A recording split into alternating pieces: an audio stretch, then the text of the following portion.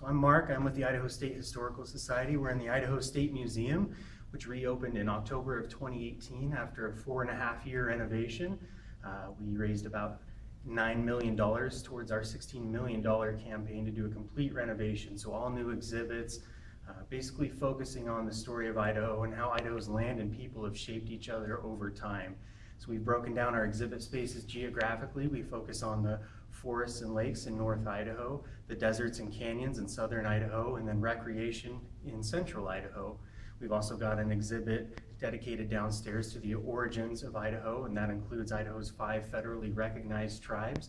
We worked in collaboration with them since 2014 to be able to tell their stories, and we're really proud of that. So, and Mark, tell us about the painting right behind you. Sure. So this is the Emma Edwards Green painting. This began used in 1891. She entered this into a state fair contest and received $50 for winning, but it is the only state seal in the United States that has been designed by a woman. So very interesting piece of history there. And why would you say this place is so important for the history of Idaho, and why should people want to come here and see what you have here? Sure. So I think the interesting thing that we've done with this new museum experience is we bring so much contemporary relevance. It's not just looking at artifacts and cases, but it's interacting with exhibits. It's seeing how Idaho's history helps inform and shape the decisions you make today as an Idahoan or as a visitor. So it's not only looking at the past, but it's looking ahead as well into the future. We implement ecology, science, art, fashion, all these different avenues to help bring history into an all-encompassing learning experience. Okay, I want to thank you, and we're gonna take our tour and check out everything to see here, and encourage other people when they come to Boise to make sure they check out the museum. Thanks again. Absolutely, thank you. So I'm Nicole Ingleterra. I'm the Capitol Curator here at the Idaho State Museum, and we are in our Treasures Gallery, which is a changing gallery featuring a brilliant affair for the first year of the museum's opening. We have Lucille Smiley's wonderful 1956 gown that she wore to her husband's gubernatorial inauguration here in Idaho.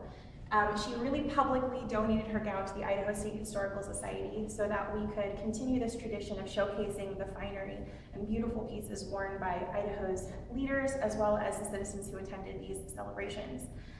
We wanted to show in this gallery that peaceful transition of power through the clothes worn by the First Ladies and governors, as well as ordinary citizens, which takes us to Mr. Richard Rutledge's fantastic suit that he wore to one of Franklin Delano Roosevelt's inaugurations in Washington, D.C. He served a leading role in land stewardship and is featured elsewhere actually in the museum, but it's one of the personal favorites of mine since it's all hand-tailored to him by a haberdasher in Washington, D.C. And how many gowns or dresses do you have on display here? So in total, we have roughly 25 to 30 pieces on display. That ranges from full costume pieces to the accessories themselves and other things that would have been featured prominently at inaugural celebrations. And do you have a favorite that's on exhibit here? That changes on the day, but today I think it's this one over here.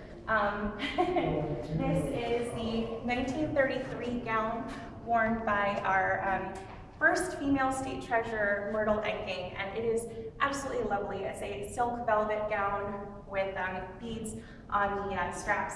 And she was a fierce woman, very, very short in stature, but mighty in personality. And if you want to come on this way, I can show you that magic place on the dress, this back detailing, which is just wonderful. This is a hallmark of the 1930s, that beautiful bias cut gown with a plunging back neckline. Yeah, very beautiful. So I'm just going to scan around here and we'll get some more of the